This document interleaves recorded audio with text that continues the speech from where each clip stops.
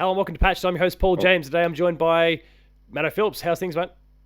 Yeah, super, We're as always. obstacles left, right, and centre at the moment. My internet seems to be bad. I've lost lighting in the shed. Everything's going to hell on my side, and then you've just got the consummate professional setup with your blue lighting in the background, and not a problem in the world. So, It's alright, we got a plan B. and you're equipped and ready just in case things go south. Maybe there'll be an introduction for people in the next few moments if they're watching the video version, of course, to resolve the situation. So, as people can tell, I've got power in here. The computer is running. I've got my PlayStation symbols light, just so that I had some form of external light. I've got my ring light on that I can just blind myself with if we need to.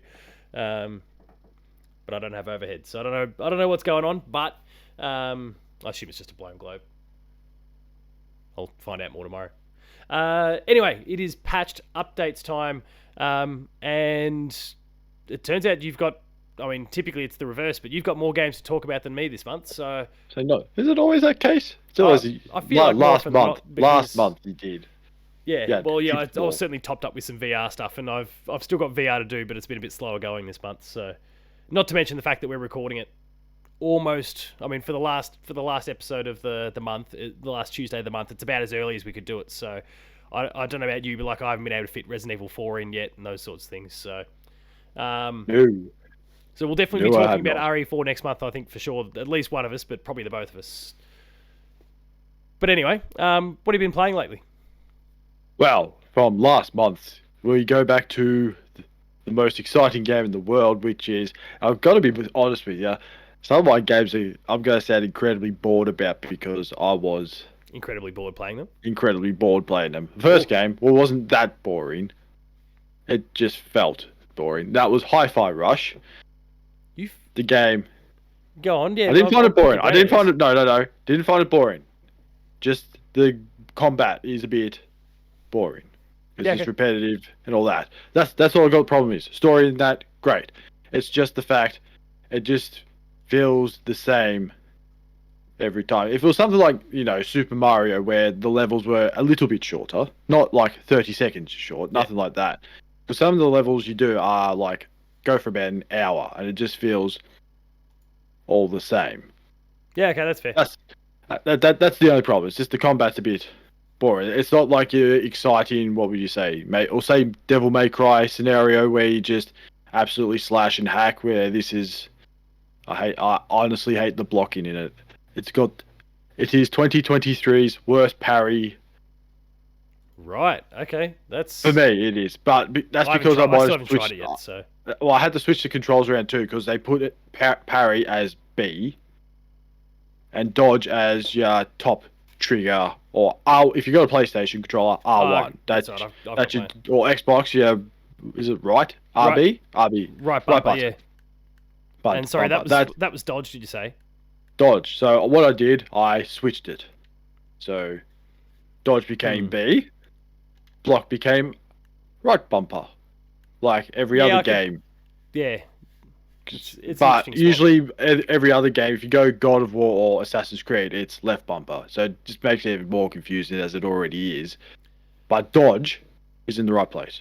Well, look, in controller days. It's a shame we don't have standardized, controller layouts still in 2023. So.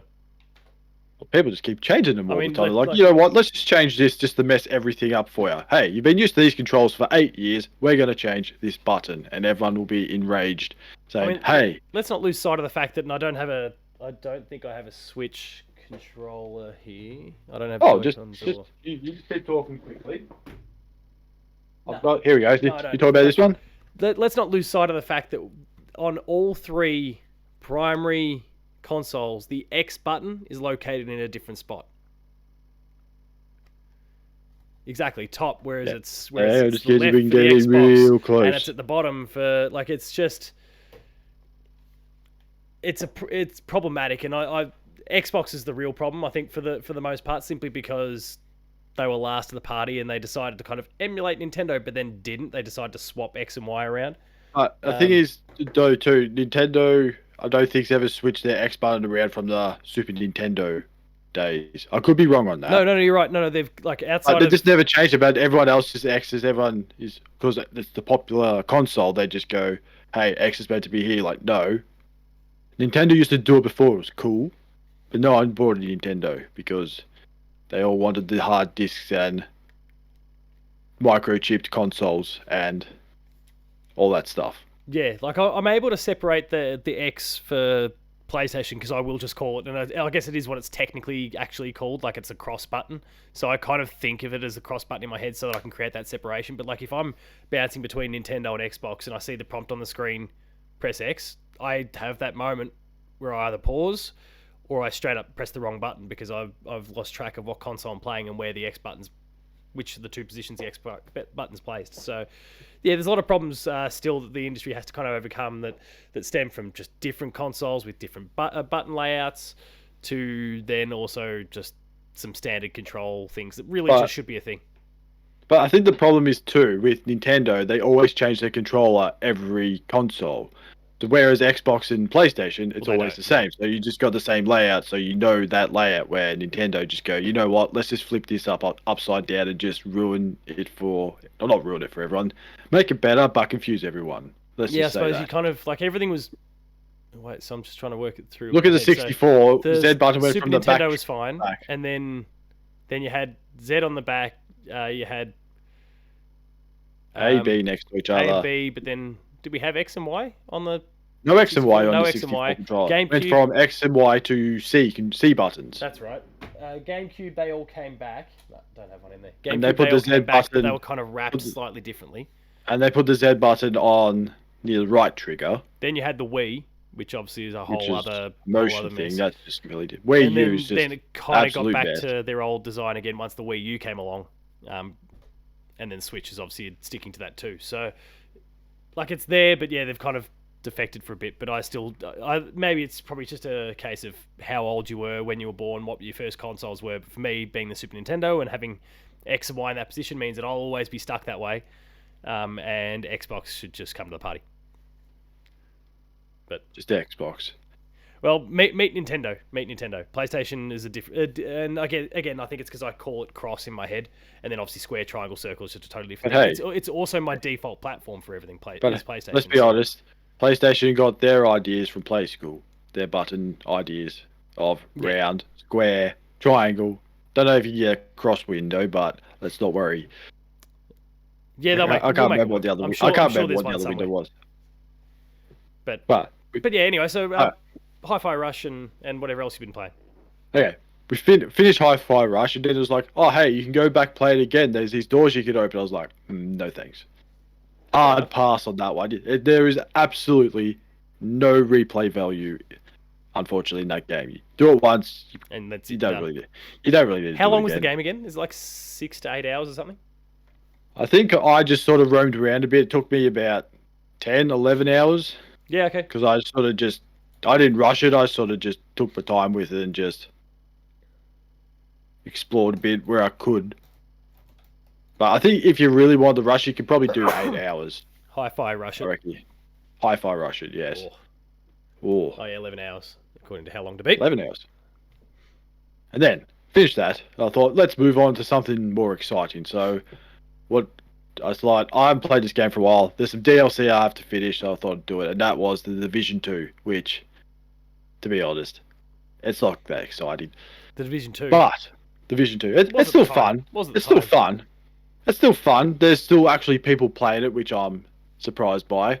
Because there's people throwing out SOSs everywhere, and I enjoyed it. But there was one guy who was talking to me, and I actually have an emote that tells you to stop talking. I thought it was a wave, and I said to stop talking, and they got angry at me. So I said sorry, I pressed the wrong button, and this, that, blah, blah. And then I decided it was a good idea to leave the group. I thought, I don't want to hear any more complaint. He's like, hey, don't tell me to stop talking. He's like, oh, I didn't mean to. I thought it was a wave. And then I had some DLC from 2 years ago that I purchased because it was cheap. It was on sale. So I thought I'd finish that. Then when I finished it, I instantly uninstalled the game. What were you playing it on? PlayStation? PC. PC.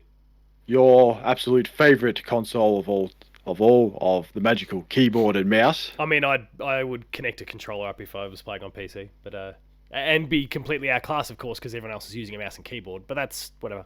I wouldn't go to the dark zone. I wouldn't play competitive. Yes, I get told stories of your efforts with Doom Eternal at PAX. Fucking Matt Hewson. It's his favorite thing. It's his favorite pastime. Like it's you want to see Paul suffer. Just give him a keyboard. If you want to dunk on me, just refer to that Doom. I mean, I got Doom. further than Steven. Yeah, you always back that up. He's like, but I got further than Steve. Then there's this big argument. Going, oh, this, but that, but nobody, blah blah blah blah. Like, yeah, no, but it's just funny hearing Paul struggle with a keyboard. Yeah, old Wasdy just. But there are other people out there too that also probably struggle with the keyboard. We just haven't seen them yet. Yeah, they're I've enigmas. been told their stories.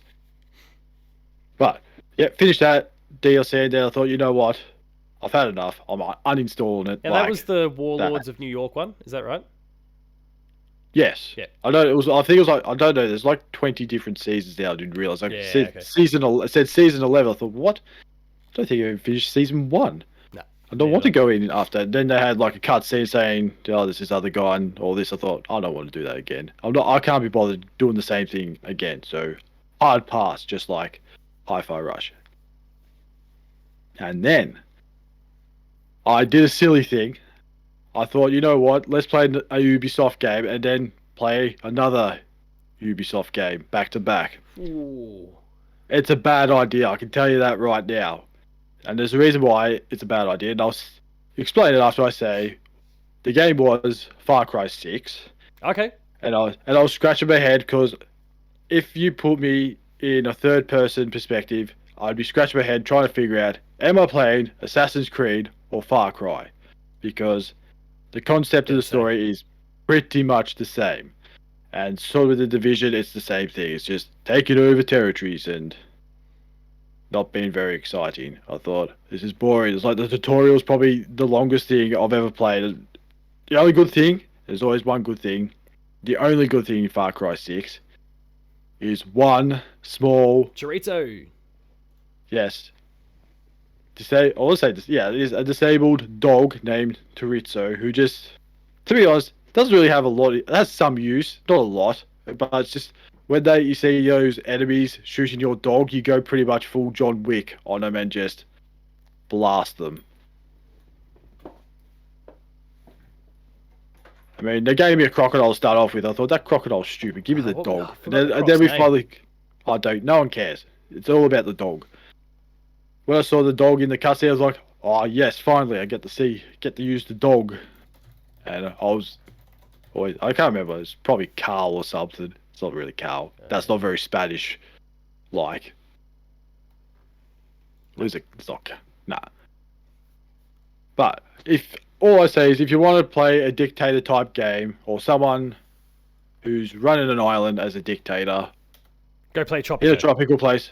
No, I was going to say, go play Just Cause. It's a lot more fun. Oh yeah, okay, that's fair. Guapo was the crocodile or alligator. Guapo, there we go. I never ended up finishing Far Cry 6, but I actually really enjoyed the time I spent with it. It was just bad time. But like I said, playing back-to-back Ubisoft games is, like I said, a bad idea because they all feel the same, as I found out. And it just gave me back nightmares of Assassin's Creed Valhalla. I thought, I don't want to do this all again. For 100 hours. I'm like, no 100 hours, no side missions, no nothing. Unless it's, of course, the good old mission of have sex with your mum, murder your dad. No thanks. Can't wait to play Odyssey again one day and relive that. No, I have no interest whatsoever in any side missions unless it involves something like that. Now off to get rid of the boring stuff. That's all the boring stuff out of the way. Get on some more exciting stuff and go back into playing. I think I was talking about it last time. Resident Evil 2. Because I decided to do the Claire side of the story, which that's right. Yeah, I forgot about that.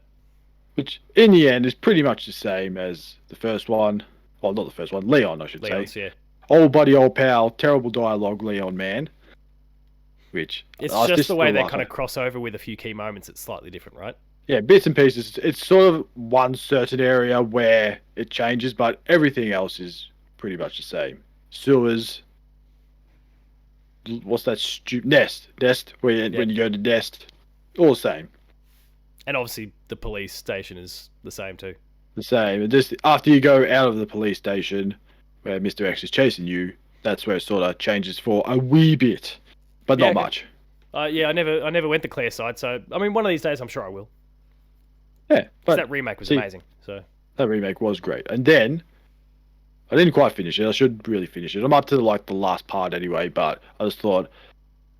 Then I was going to it. Then there was a Capcom Expo thing or showcase, whatever you want to call it, and they said Resident Evil 4 demos available. I thought, hey, the chainsaw demo. I'm going to give that a go, and it was very long.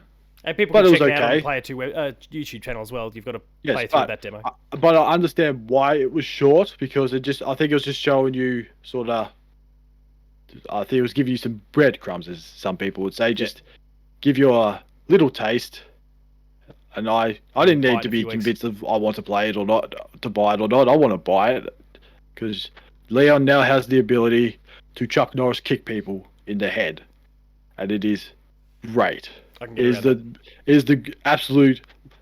We've moved up from just Leon wincing around in a police station, steadily holding his gun, to walking around with a shaky gun, which I always find Well, I mean, the fact that he can walk and shoot in the remake is good, though, because it was true tank controls in that one. Like, you would have to stop moving to shoot your gun. Oh, yeah, in the old days, that sucked. And then there was other games, too. There was other games, too, where you sort of had to...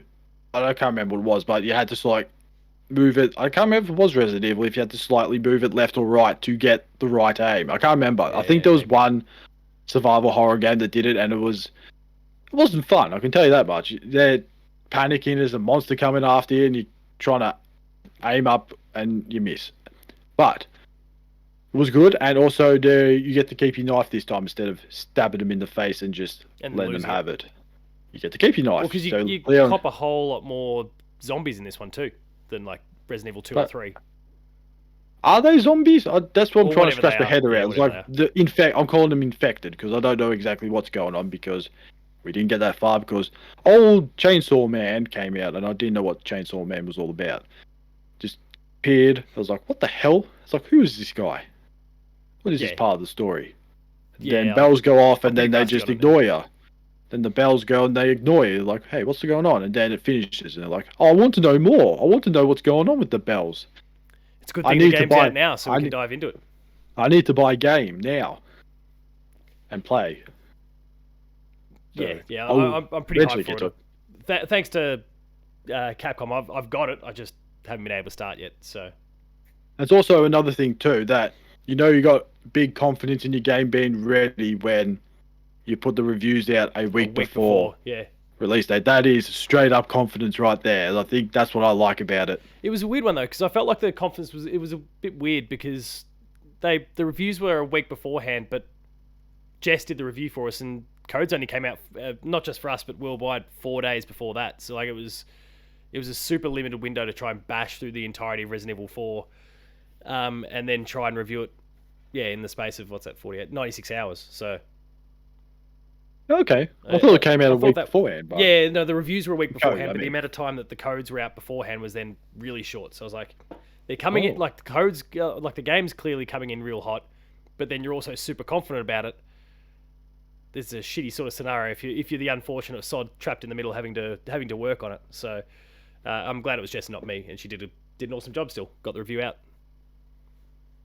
I believe I remember seeing messages from her saying, like, within the final hour before the embargo, it's like, I'm gonna get there. So like she really pushed it to the line, but just dragging herself across the line, going, I got this. But pretty epic effort. So, and then my final game of the month, which is also a game that you have also played this month, the favorite GameCube game, the highest selling, highest reviewed game of the year so far, I think.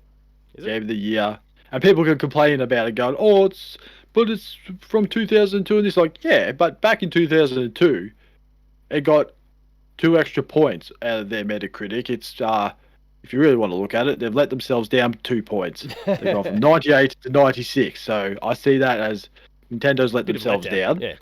Bit of a letdown. I mean, come on. What I found out too is, like, I was looking at like highest rating games, like Metacritic scores or whatever. Yeah, I'm Ocarina of Time. At the moment. Ocarina of Time is at the top with 99. Then Tony Hawk 2 is I know, it's is crazy, that second. I was like, well, I do admit it was a good game back in the day. I was sort of thinking about going back in those days. Yeah, you can give it a 98. I mean, there wasn't really anything with a fault at it, but it just makes me laugh because there's GTA 5, which got a 96. Tony Hawk 2 got a. Actually, this is the other thing too. Tony Hawk 2 is the highest rating PlayStation game. Yes. Yeah, it's Not a PlayStation game, just a not The Last of Us, not not The Last Uncharted, of not Us, God of War. not It's not God of War, not whatever other games, not Tony Hawk Pro Skater 2. Pro, but yes, on the PS1. PlayStation 2, PS1 on the Yeah, PS1. PS1, that So they've been letting themselves down for 25 years. They've been beaten by some never made dude a on a good game. skateboard. Never. Come But on. yeah, I mean, actually, I've taken a look at the best reviewed games of the year. And so Metroid Prime Remasters equal first with The Witcher 3 Wild Hunt Complete Edition.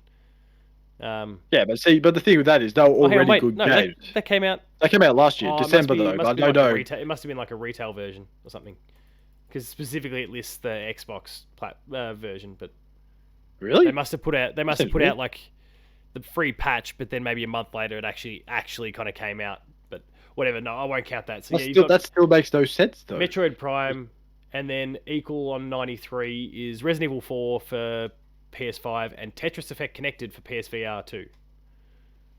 Tetris, okay. Oh, it's so good.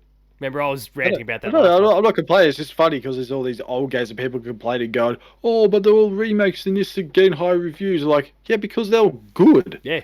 Because you think about them remaking like Superman from the '64 and just making it the same. I'm pretty sure it's gonna get the same rating as it did. Well, how about I go through the top 15 reviewed games of the year so far, just since we're here. So Metroid Okay. Prime, remake or remake, like I'll bundle it into kind of Remake. remake, remaster, whatever, like versus brand new game. So Metroid Prime, remake. Witcher 3, if we count it, remake. Tetris Effect Connected is a port of a PSVR game.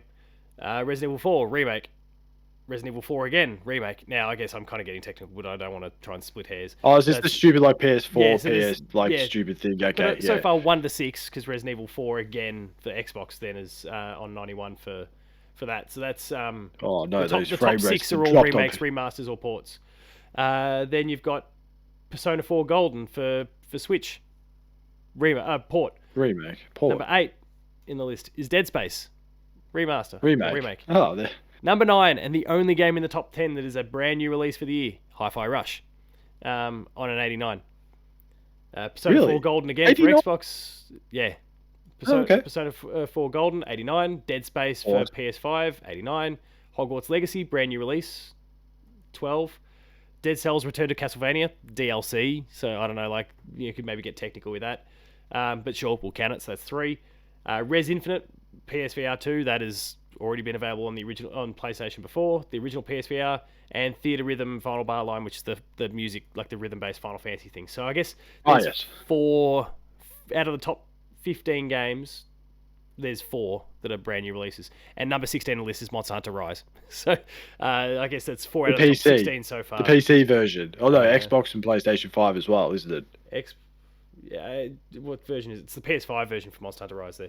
But Oh, there yeah, you I go. guess Xbox. I'm sure if I scroll, Xbox will be in there somewhere. Yeah, there it is, at 21. In fact, no, it's just on the same score. There's just a whole bunch of games all on 87. Theater Rhythm again on PS4. Hi-Fi Rush for Xbox. Dead Space. Persona 3 Portable. In fact, like number 22 is Age of Empires 2 Definitive Edition. 23 is Persona 4 What? Golden. The serial box game itself is at number 22. 24 What? is the Legend of Heroes Trails to Azure, which is, I think that was a remaster, or maybe just making its way to Western Shores for the first time, but it's definitely been in Japan for a while. I don't know what a space for the Unbound is, but at 25, that's another new release. There's 5 out of the top 25, or 6. Oh well, as I say, we got Jedi Survivor coming out next month, so that might crack the top 10. You never know. Spider-Man 2 later in the year, or September, as that as we've now learnt, yeah. dickhead Venom voice actor released. That's probably going to get in the top 10. Don't know about top 5. That's kind of pushing it, but come on, developers, you're letting yourself down. You're getting outdone by remakes. But the top of the one at the top, which is Metroid Prime Remaster, remake, whatever you want to call it. There's a reason why it's at the top. It's so good. because it is brilliant. I don't care what people say. They'll go, oh, I have to go back here and there. It's like, it'll take you 2 minutes. If you're playing Grand Theft Auto 5, it'll take you 25 minutes to get from one map to the other. You won't complain at all. No. But 2 minutes, that's People too much. whinge and bitch and moan. Yeah. It's a brilliant game, and it just brings back good old memories of the old GameCube days. And I know this sounds really arrogant and stupid, I accidentally 100%ed it without really trying. That's kind of awesome. Because when you hear the sound of an upgrade, I'm looking for it. I don't care. Like, I could just ignore it. Don't blame you. I could ignore it, this and that, and then I've kind of forgot about the part at the end where you had to find all the artifacts. So in the end, I only had to Google 2 of them. 2. That was 2 artifacts because I was driving when you're insane. that close, you almost feel obliged. If you can't find them yourself, that's when you're like, yeah, okay, well, if I'm this close, I've got to finish it. I actually wrote them down in notes, like the things like they put it as the most obvious thing. They highlight all the key words that where you have to go. And I'm looking at it when you Google it and look at the walkthroughs and all that. You look at it and go, yeah, what they said as the description to find the artifact made sense. What a surprise. Yeah, okay. It's like, just do this, shoot that. Like, oh, yeah, that's a bit hard. Then you look at it and go, oh, that actually makes perfect sense. Plenty of sense. Shocking. I honestly thought when I did it, because it was at 98%, I needed to find one more artifact. I thought, damn it, I'm going to sit on 99. And then I got the artifact. It said, congratulations, you're 100%. I was like, oh, great. So you just get 1% bonus for collecting everything. Yeah, it's almost like the Platinum Trophy in something these days, which actually counts to the 100% at the same time. Well, it was just rounding up to the nearest whole number, so it could have been 99.5. One will not know. Yeah.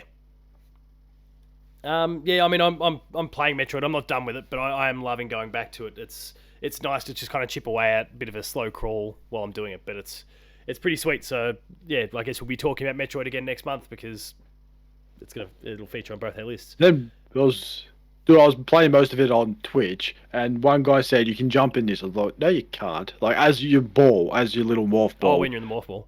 Morph ball. I remember playing the GameCube. There was no jump, and then there is a jump.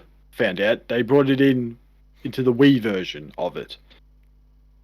Oh yeah, okay. I never knew that. Couldn't even remember because I was just being an idiot, just using bombs to jump instead of actually pressing every button to see what it did. Because every time I went to go switch guns, I switched visors instead because I forgot to press the goddamn X button, which is the only downside I have with it. That's why I probably lost 2 points. It's just having That's it. That's the only problem I got with it. Is just that holding the X button to switch. But that's nothing though. That's just being picky though. Nitpicking, yeah. That was your last game, wasn't it? Yeah, it was. So for me, you've obviously just pinched one of the games that I was going to talk about. So I don't have a huge amount left to actually discuss. It's been a pretty quiet month. There's been like a 2.5 week block where it has been podcasts every night or work events or even earlier this week, which I guess I can kind of maybe bake into the conversation a little bit. Been like an AFL event where I went and checked out. And so yeah, actually, I may as well do it now. I went and played AFL 23 at the AFL 23 game launch event that I was kindly invited to by the AFL/Big Ant. I got to play about 15 minutes of the game, really 10-15 minutes of it. It was a pretty brief sort of experience. And I spent most of the time because the control, like it's moved over to Big Ant. They are probably the best in the local biz when it comes to kind of the sports games, whether it's cricket or lacrosse, as we discussed in the past, or tennis, or whatever the case happens to be.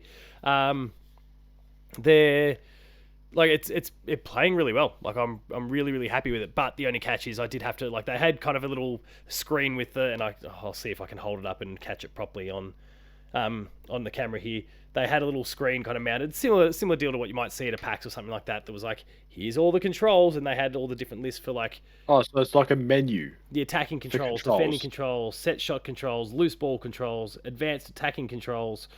See, these young people just don't understand the instruction booklet of the importance of the instruction booklet back in the day. I'd imagine this might have one if you buy it physically, but yeah, so just like that, just a laminated piece of paper inside the case as your controls. Maybe. They just fold it. Like as soon as you open the case, it just pops out, springs in your face. I I found myself doing the Jim Ryan sort of thing a fair bit because I was kind of looking over, like I was constantly looking over at that little menu there to get I my. thought you're trying to copy people's. No. What are you doing? No, just because I was kind of constantly looking over, so then you kind of start holding the control in weird grips as you kind of swing by. And I'm pretty sure on a few occasions I did the Jim Ryan sort of thing, but yeah, it plays really well. I think the only struggle I had was the fact that because it was such a small amount of time I got to play it for, and the controls have been changed up a little bit. You know, little things like I'm pretty sure like handball used to be circle, but now it's square. So it's kind of going like, you know, the head telling me, oh, I need to press this, but then it's not anymore. Stuff like that just with a bit more time I'll absolutely get used to, and I'm sure it's all for the best because it did really feel like it played quite well. It was just a case of learning curve and all that sort of stuff. So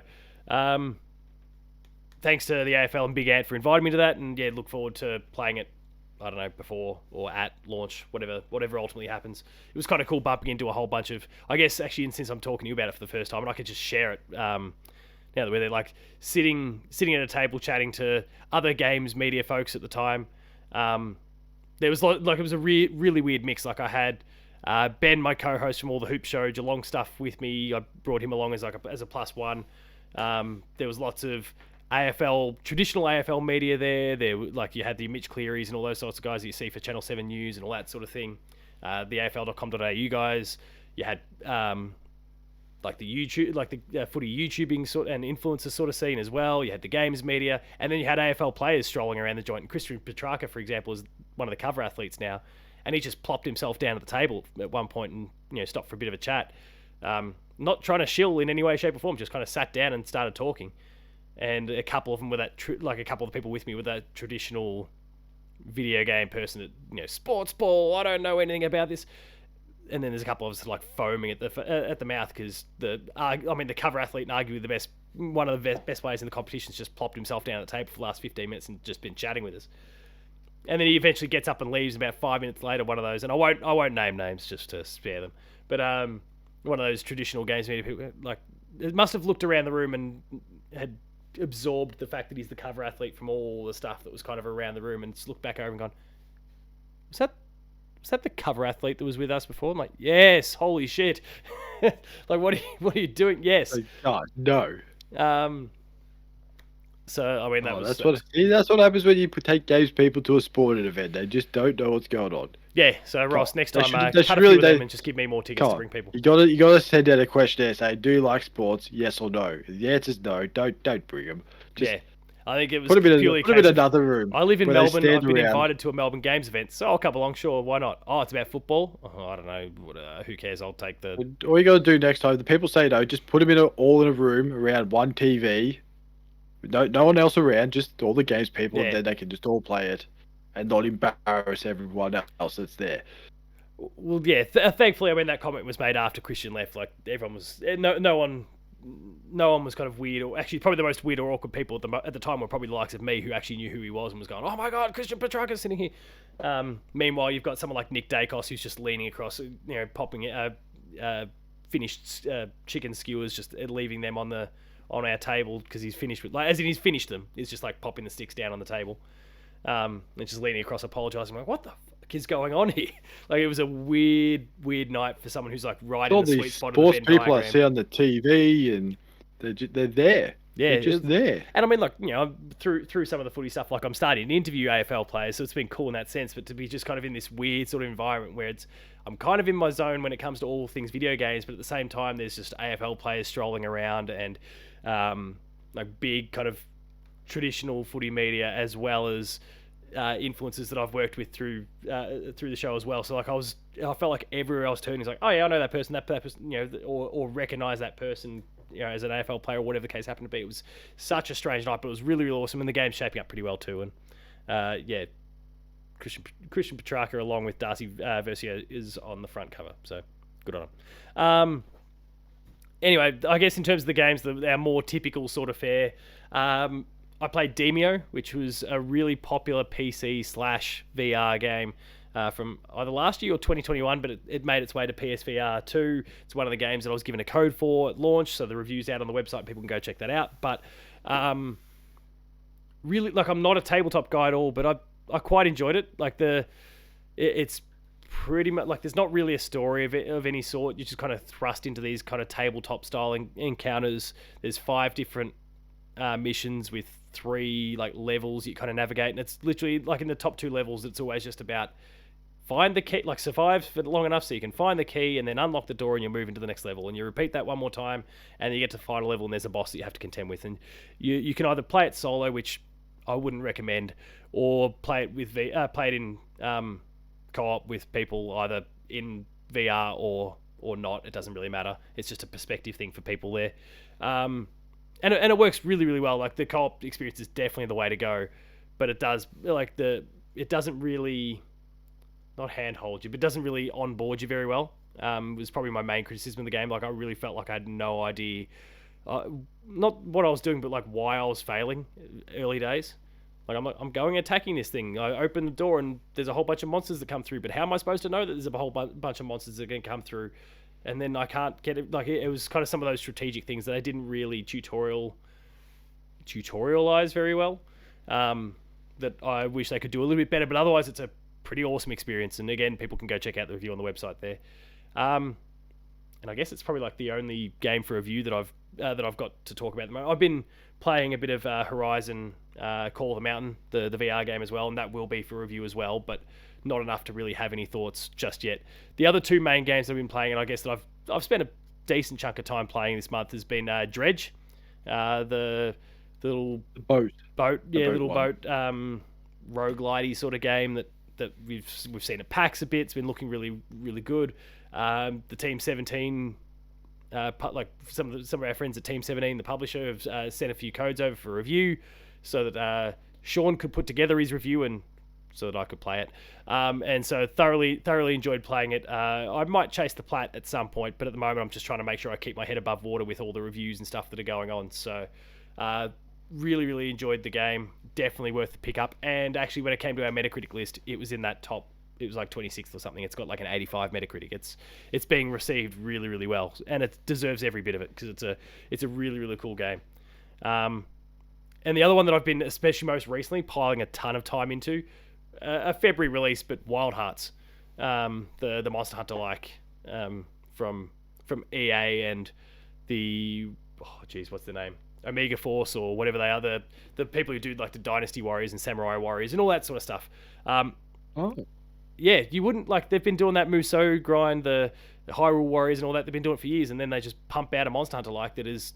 Actually, that's a better example for my Hi-Fi Rush one. It's just Hyrule Warriors, which is pretty much doing the same thing over and over, but not really thinking about it because you're running around like a headless chook trying to stop people from taking over your goddamn territory things. Yeah, right. Okay, good comparison. Good. I'll keep that in mind then when I finally crack into that one, because I absolutely need to. But yeah, I guess like it's a really good first attempt at the Monster Hunter thing. They haven't 100% nailed it.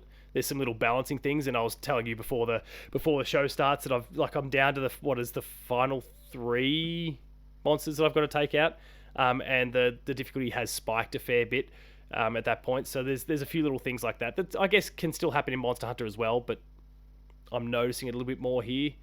But the building stuff, they're kind of almost Fortnite sort of inspired in some ways with the way you can just kind of quickly build things on the spot. Actually works really really well. So I really really enjoy that. And I've kind of learned a little bit the hard way that I needed to use that a lot more than I was. I was just trying to, very Monster Hunter style, just try and bash their head in or whatever the case happened to be. But you can build these giant little things. The different things you can build are referred to as karakuri or something. Yeah, karakuri. I think I'm not butchering the pronunciation. But anyway, like they can be the crates that you can kind of build up so you can jump off those and get a bit of extra height, so you can jump down and kind of get a bit of extra momentum behind your hits and do more damage. You can build other things that are like giant air vents that just kind of blast you high in the air, so you can maybe use those to dodge an enemy attack, or they're good for platforming things just as you're navigating the world. Or again, similar to the boxes, you can just build one, shoot up into the air, and then drop down from an even bigger height and cave that thing's head in. And and even little things that you can kind of build on the ground that like this giant hammer pops out and just like swings back and cracks them on the head. There's fusion karakuri, so you can kind of use the different individual bits to build like this hybrid thing that like becomes a bomb, for example, or whatever the case happens to be, which is good for hurting the enemies. It's also good for there's breakable walls in the environment that if you build a bomb in front of those, it'll blow up the wall, and so that's a pathway that you can navigate in the future. There's lots of kind of cool things they've brought to the formula. It's probably just the core Monster Hunter style stuff that's if Monster Hunter's like the 10 out of 10, like the best in class when it comes to it, this is probably like a 9 out of 10 in that sense, in terms of like how that combat feels. Like it's really, really good. I'm not saying the Monster Hunter games themselves are 10 out of 10 games, but like if they're the front runner, then that's like they're a close second. Like it's a very, very, very good first crack at it. So I really hope that EA and Koei get together again and do a sequel, because I definitely want more of this, especially with just some fine tuning. I think that becomes a I don't know when next Monster Hunter World, whether it's Monster Hunter World 2 or Rise 2 or some other new Monster Hunter game. I don't know where that is and how far it'll be.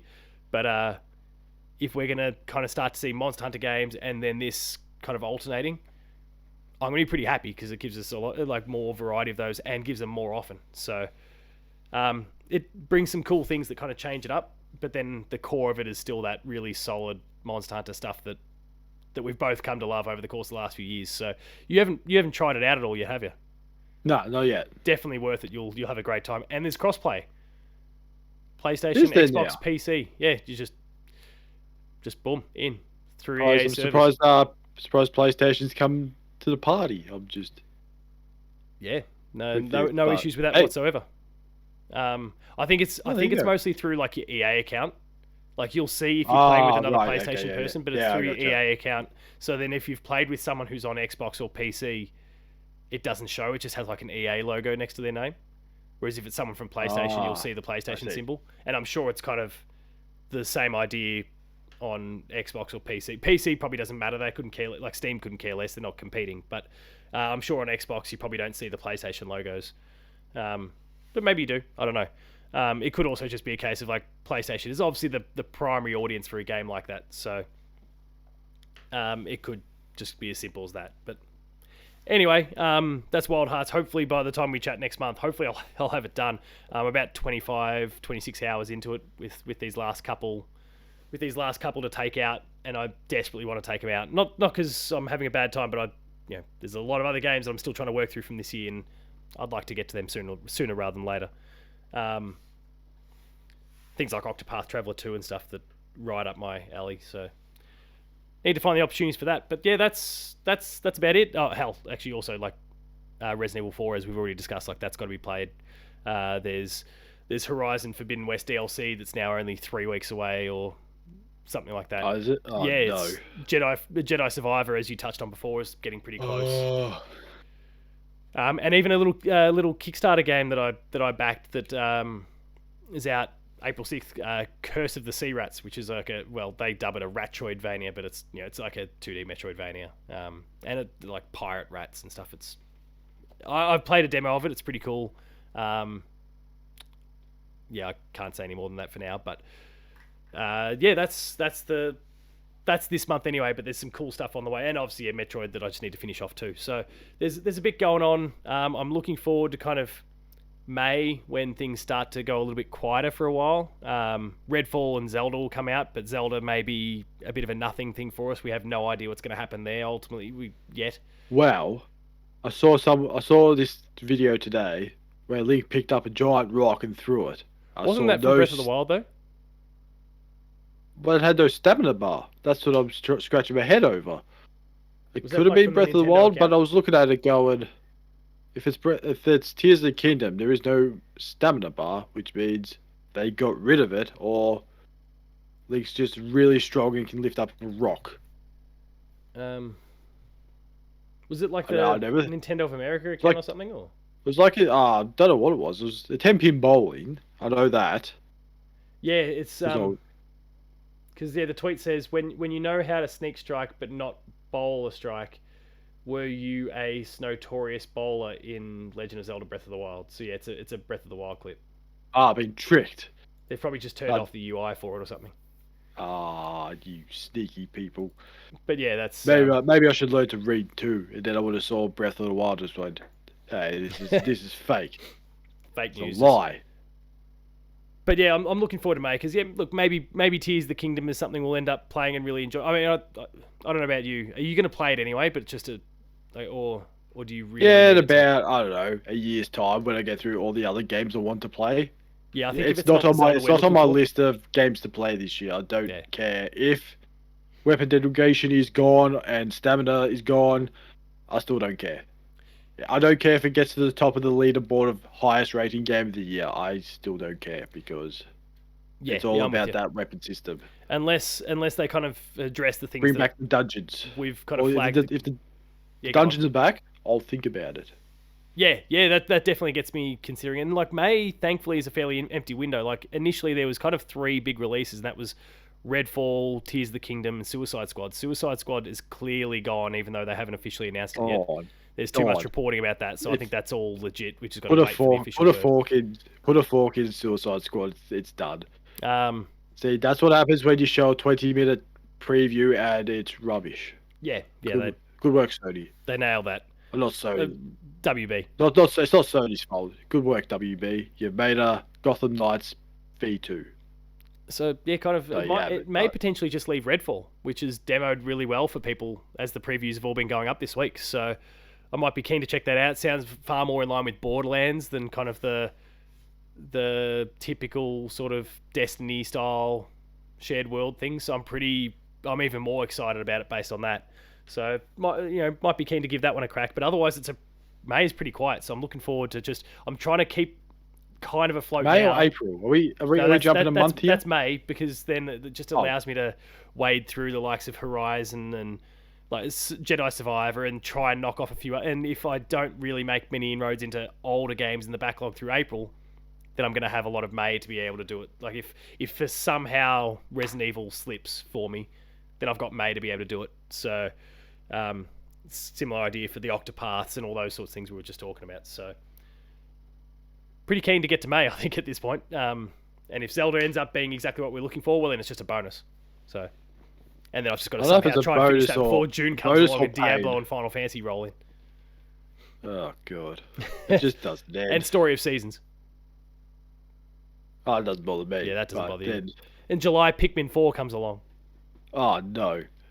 Plenty of time. August has Sea of Stars and Baldur's Gate. September has Starfield and Spider-Man. Like, it's just... Oh, no. It seems like there's... When Starfield comes out, I'm gone. I'm gone for the rest of the year. I'm exploring planets. God help us, because if Starfield and Spider-Man are dropping, like, that's... Oh, yoy. I mean, I reckon you'll get a few weeks, potentially, of Starfield, and, like, I reckon Spider-Man would be late September, if all the reporting is true. So... that at least gives you a few weeks to really dive deep and then maybe take a week's break or something like that and just immerse yourself in Spider-Man before coming back. I can't believe we're pushing 6 months into this year of how the whole gaming releases are going on this year. It's ridiculous. It's intense. It's full on. And I just hope that October, won't be able to December are quiet. Metroid Prime. Yeah. Still won't be able to do it. Or Tony Hawk 2 from the PlayStation. What do you see yourself playing? Well, we're still going to go on with old me and Chorizo's adventures in Far Cry 6.